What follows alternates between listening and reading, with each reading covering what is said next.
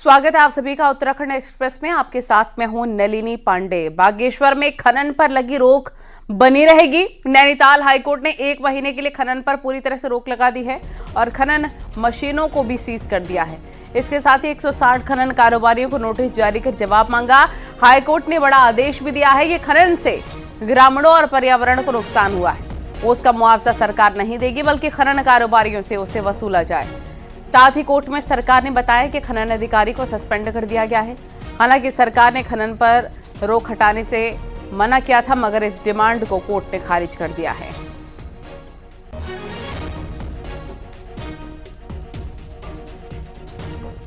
बागेश्वर में खड़िया के सामने वो सारी रिपोर्ट्स आई थी और इसके अलावा जो न्याय मित्र को ग्रामीणों द्वारा शिकायतें भेजी गई थी वो भी कोर्ट के सामने प्लेस की गई और राज्य सरकार ने अपनी कंप्लायंस रिपोर्ट आज फाइल की थी, जिसके बाद कोर्ट ने अगले 1 महीने तक इस माइनिंग को पे रोक को बढ़ा दिया है। अगले फरवरी तक कोर्ट की रोक जारी रहेगी और साथ में जितने भी माइन ऑपरेटर हैं वहाँ पे लगभग 160 उनको नोटिस जारी कर दिया है, जिनको अपना जवाब फाइल करना पड़ेगा।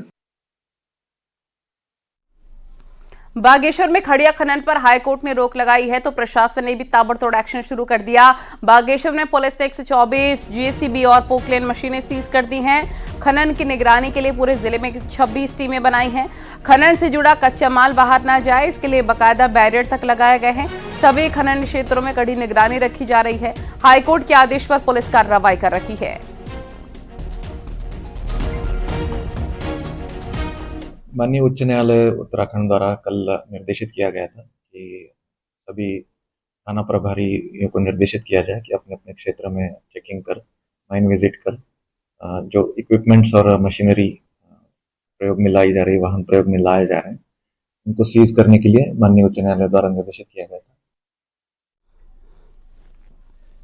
कैबिनेट मंत्री प्रेमचंद अग्रवाल के बेटे पीयूष अग्रवाल के खिलाफ वन विभाग ने पेड़ों के अवैध कटान के मामले में मुकदमा दर्ज कर लिया है। वहीं मामले में वन मंत्री सुबोध उनियाल का कहना है कि मामला उनके संज्ञान में है और उन्होंने डीएफओ को मामले की जांच के निर्देश दिए हैं। साथ ही अगर जांच में अपराध पाया जाता है तो ठोस कार्रवाई होगी।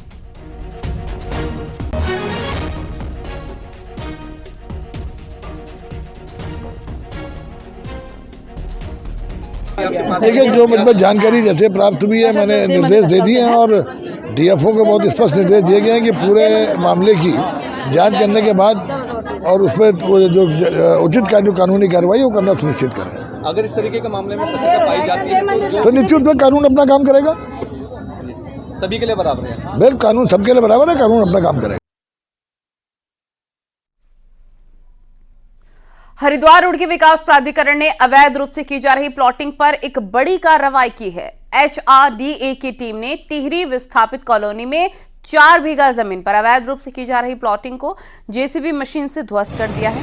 प्राधिकरण की ओर से अवैध कॉलोनाइजर को नोटिस दिया गया था, बावजूद इसके नियमों को ताक पर रखकर मौके पर धड़ल्ले से निर्माण किया जा रहा था। HRDA की VC अंशुल सिंह के निर्देश पर HRDA की टीम ने बड़ी कार्रवाई की है। प्राधिकरण की कार्रवाई से कॉलोनाइजर्स और बिल्डरों में हड़कंप मचा हुआ है।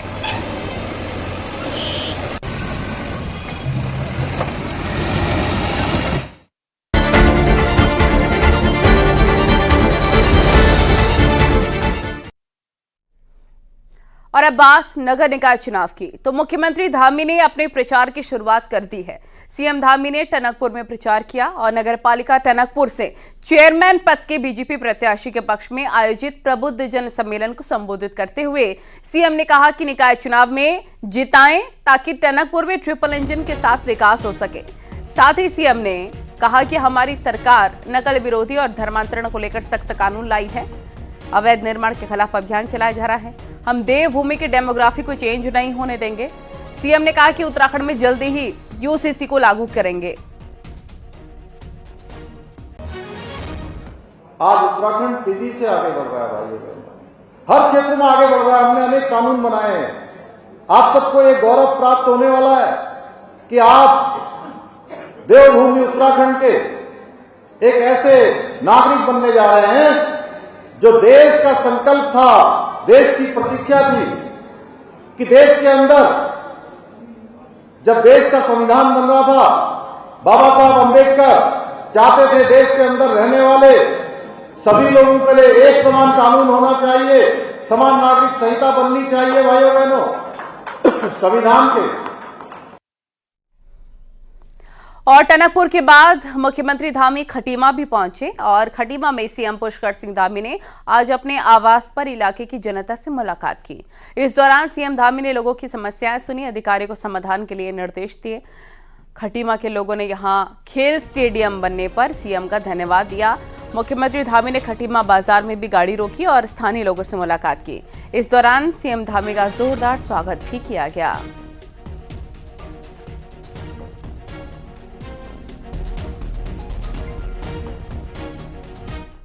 और देहरादून से बड़ी खबर, बीजेपी ने बागी नेताओं और कार्यकर्ताओं पर आखिरकार बड़ी कार्रवाई की। बीजेपी ने देहरादून महानगर में 40 कार्यकर्ताओं को पार्टी से निकाला है, जबकि पौड़ी में 17 कार्यकर्ताओं को पार्टी से बाहर का रास्ता दिखाया गया। चमोली में 8 और टिहरी में 7 कार्यकर्ता 6 साल के लिए निष्कासित किए गए हैं। उत्तरकाशी में 4 और रुद्रप्रयाग में 2 नेता पार्टी से निकाले गए हैं।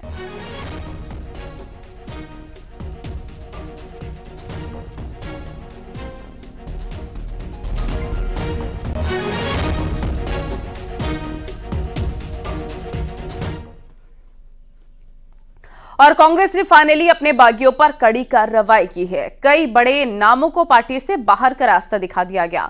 कांग्रेस अध्यक्ष करण माहरा ने इसका लेटर जारी कर दिया है और रुड़की में पूर्व मेयर यशपाल राणा को पार्टी से 6 साल के लिए निष्कासित कर दिया गया। यशपाल अपनी पत्नी को कांग्रेस के खिलाफ चुनाव लड़ा रहे हैं और इसी तरह पिथौरागढ़ में कांग्रेस 8 नेताओं को पार्टी से बेदखल कर चुकी है।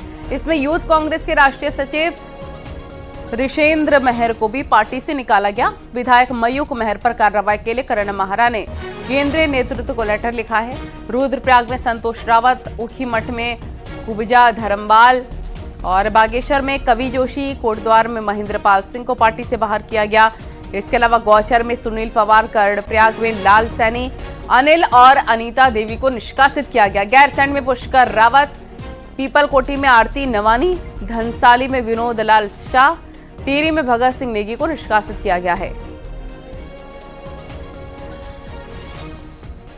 और देहरादून में हरबर्टपुर नगर पालिका चुनाव में नया ट्विस्ट आ गया है। यहां पर कांग्रेस प्रत्याशी यामिनी रोहिला का नामांकन खारिज हो गया था, लेकिन आज यामिनी रोहिला को नैनीताल हाईकोर्ट से बड़ी राहत मिली है। हाईकोर्ट ने यामिनी के नामांकन को सही करार देकर चुनाव लड़ने की मंजूरी दे दी है। जाति प्रमाण पत्र पर आपत्ति आने के बाद यामिनी का नामांकन रद्द किया गया था, जिसके बाद इस सीट पर कांग्रेस का प्रत्याशी नहीं बचा था। लेकिन अब हाईकोर्ट के आदेश के बाद कांग्रेस में खुशी की लहर है।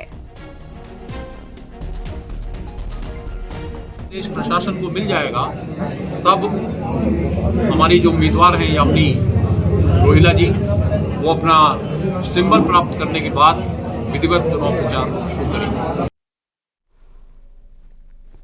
पूर्व मुख्यमंत्री और सीनियर कांग्रेस नेता आज चुनाव प्रचार के लिए ऋषिकेश पहुंचे। यहां पर कांग्रेस उम्मीदवार के लिए वोट मांगे और इस दौरान हरीश रावत कार्यकर्ताओं से भी मिले। हरीश रावत ने कहा कि नगरपालिका चुनाव के आरक्षण में काफी गड़बड़ी की गई है और जिस तरह से आरक्षण किया गया है उससे बीजेपी के अंदर तक गुस्सा है। हाँ, इन्होंने मनमानी, इन्होंने आरक्षण को इस तरीके से नहीं दिया कि उसका सदुपयोग हो, उसको एक अस्त्र के तरीके से अपने चुनावी फायदे के लिए प्रयोग भी किया और उसके कारण भाजपा में भी झगड़ा हुआ और लोगों में तो नाराजगी हुई, समाज में भी नाराजगी हुई। शहर के सटीक समीकरण में आज बात करेंगे जोशीमठ नगर पालिका की। यहां बीजेपी और कांग्रेस के साथ निर्दलीय उम्मीदवार चुनावी अखाड़े में हैं। अब यहां जनता की जरूरतें क्या हैं, शहर के मुद्दे क्या हैं, आपको एक रिपोर्ट के जरिए दिखाते हैं।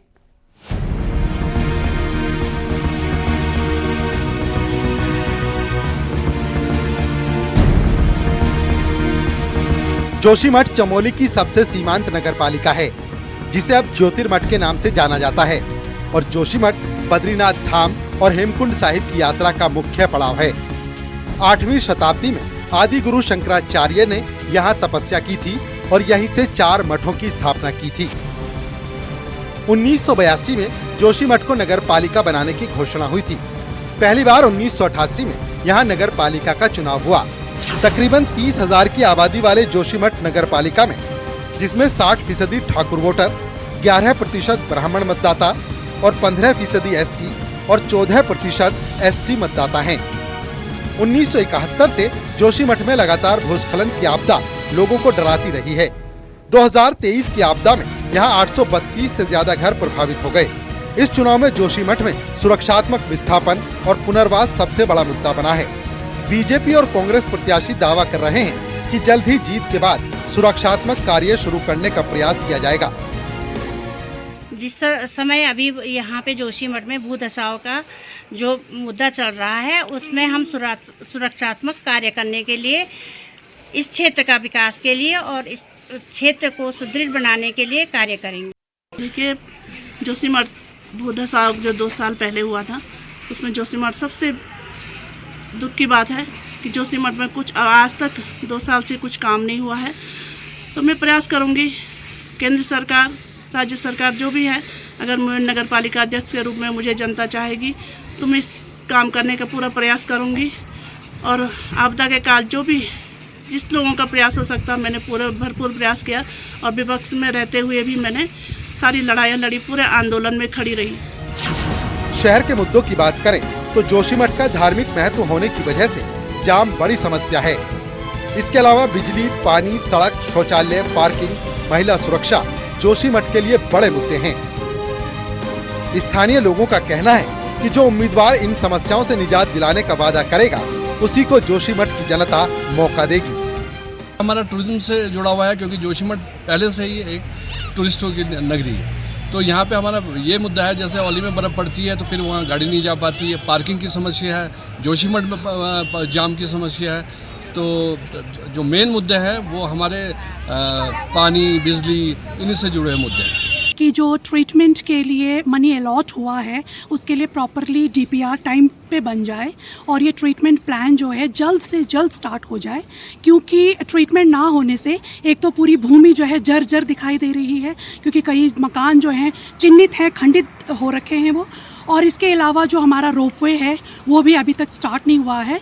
तो हम चाहते हैं कि जल्द से जल्द ट्रीटमेंट प्रोसीजर स्टार्ट हो जाए।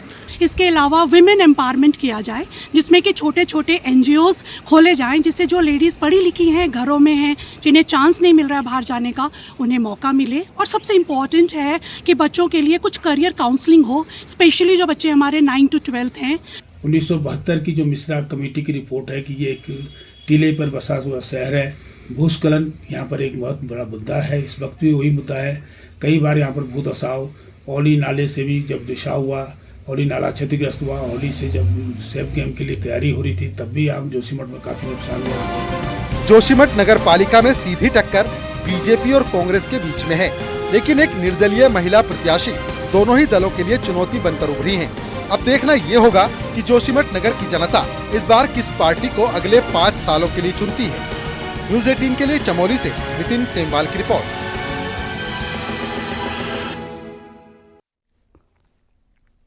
उत्तराखंड में इसी महीने नेशनल गेम्स होने हैं और उससे पहले कबड्डी खिलाड़ियों ने धोखे और घपले का आरोप लगाया है। आरोप है कि खिलाड़ियों को डाइट और खर्चे के लिए मिलने वाले पैसे को कोच डरा धमका कर ले रहे हैं, जिसके बाद कार्रवाई की मांग हो रही है।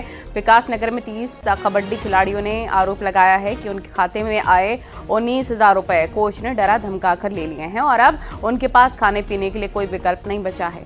हालांकि विधायक मुन्ना सिंह चौहान का कहना है कि ये पैसा इसलिए लिया गया है क्योंकि उनके रहने खाने पर खर्च किया गया था।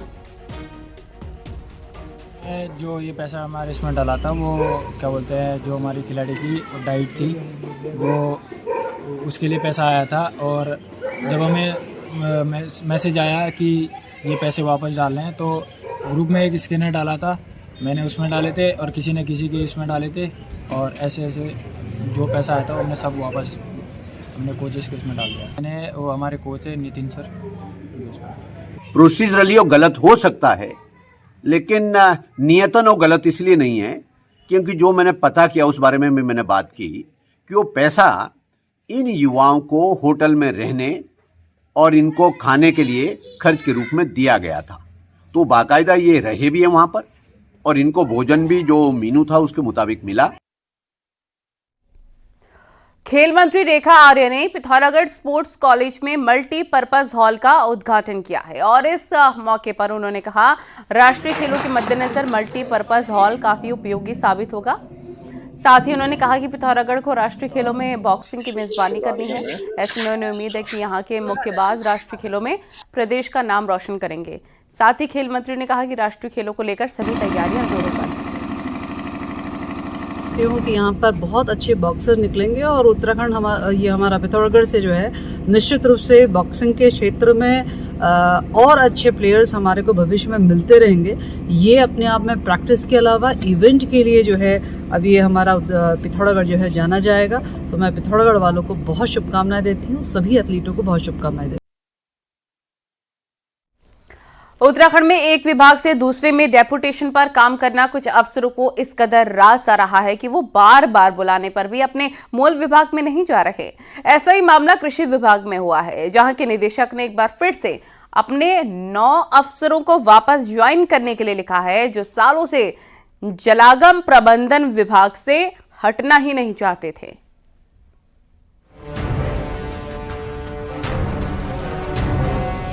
सरकारी नौकरी में वक्त वक्त पर एक विभाग से दूसरे विभाग में डेपुटेशन पर जाना आम बात है, लेकिन उत्तराखंड में नियम कैसे तार तार होते हैं, इसका बड़ा उदाहरण जलागम प्रबंधन है। इस विभाग का काम खेती से जुड़े प्रोजेक्ट को बढ़ावा देना है, जिसके लिए फंडिंग की कोई कमी नहीं है। कृषि और उद्यान विभाग के अफसर यहाँ डेपुटेशन पर आते हैं, लेकिन कुछ डेपुटेशन खत्म होने के बाद भी वापस जाने को तैयार नहीं है। गुरुवार को कृषि निदेशक ने 3 सीनियर और 7 जूनियर अफसरों को वापस भेजने का लेटर जलागम को भेजा। खास बात ये कि 2 सीनियर अफसर एसके उपाध्याय और नवीन वरफाल 18 साल से, तो 5 जूनियर अफसर 20 साल से डेपुटेशन पर हैं, जबकि किसी भी विभाग में डेपुटेशन की मियाद अधिकतम 5 से 7 साल होती है। न्यूज 18 ने इस मामले में जलागम के मुख्य परियोजना अधिकारी और अपर मुख्य सचिव आनंद वर्धन से फोन पर बात की, लेकिन उन्होंने कमेंट करने से इनकार कर दिया। वहीं कृषि सचिव SN पांडे ने फोन पर जल्द कार्रवाई की बात की और डेपुटेशन खत्म करने की बात कही। अभी कुछ दिन पूर्व अपने सचिव को निर्देशित किया है कि जितने भी हमारे अधिकारी अन्य विभागों पर हैं, डेपुटेशन पर हैं, उनको वापस बुलाया जाए और भविष्य में किसी को भी NOC न दिए जाए, इसको हमने सुनिश्चित करने के लिए कहा है। उत्तराखंड में इसी तरह का हाल सिंचाई विभाग का भी है, जहां के इंजीनियर सालों से बिना इजाजत प्रधानमंत्री ग्राम सड़क योजना में काम करते रहे। तब भी न्यूज 18 ने मुद्दा उठाया था। वहीं विपक्ष डेपुटेशन को एक तरह का करप्शन बता रहा है। और मैं तो मुख्यमंत्री से कहना चाहूंगा कि वो इसको देखने का काम करे और जो अधिकारी इसमें कोई कार्रवाई नहीं कर रहे हैं उनको जो उनके खिलाफ भी जो कार्रवाई करें। नहीं, सचिव ने तो है ही, कोई मंत्री थोड़ी देखता है इनको, इन सब चीजों को कि कोई आदमी डेपुटेशन हुआ कितना समय क्या हो गया। ये तो जो विभागीय सचिव हैं, प्रमुख सचिव हैं, चीफ सेक्रेटरी हैं, ये सब अधिकारी देखते हैं। कोई भी IAS अफसर 7 साल से ज्यादा डेपुटेशन पर नहीं जा सकता, तो फिर वही IAS मुख्य सचिव से लेकर सचिव से अपने विभागों में इस नियम को लागू क्यों नहीं करवा पाते? ये एक तरह का रहस्य बना हुआ है। उत्तराखंड में कृषि विभाग के कई अफसर सालों से जलागम विभाग में हैं और इस विभाग से प्रतिनियुक्ति खत्म होने के बावजूद वापस नहीं जाना चाहते। अब सवाल यही है कि क्या इस बार इस पर कोई ठोस कार्रवाई होगी? क्या इन अधिकारियों को वापस बुलाया जाएगा? क्योंकि डेपुटेशन की एक लिमिट होती है, उस लिमिट का यहां पर कोई नियम कायदा नजर नहीं आ रहा। तो अब देखना होगा कि जलागम मंत्री चाहे सतपाल महाराज हो या फिर कृषि मंत्री गणेश जोशी हो, उनके दखल के बाद ये कार्रवाई होगी या फिर इसके लिए और बड़ी कार्रवाई की जरूरत पड़ेगी। कैमरामैन संदीप नेगी के साथ दीपांकर भट्ट, न्यूज 18 देहरादून। उत्तराखंड में एक बार फिर से परिसीमन का मुद्दा चर्चा का विषय बना है, क्योंकि अगले परिसीमन में पहाड़ की विधानसभा सीटों की अगर बात करें तो वो और कम हो सकती हैं। तो ऐसे में सांसद अनिल बलूनी ने ऐलान किया है कि वे अपने संसदीय क्षेत्र में 1 लाख प्रवासियों का वोट गांव में रजिस्टर्ड करवाएंगे। देखिए रिपोर्ट।